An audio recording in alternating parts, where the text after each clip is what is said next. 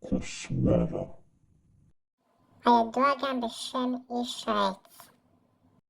היה בריא מלידה ועד ילדותו המוקדמות.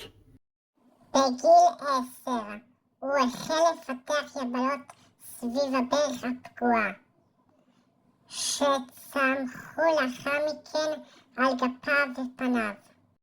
הוא לא היה מסוגל להרשות לעצמו טיפול במחלה, ובתחילה הוא ניסה להסיר את אחת היבלות הגדולות יותר. אולם היבלת בסופו של דבר התחדשה.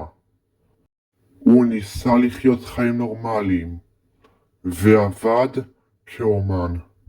הוא התחתן בגיל 18 ונולדו לו 2 ילדים.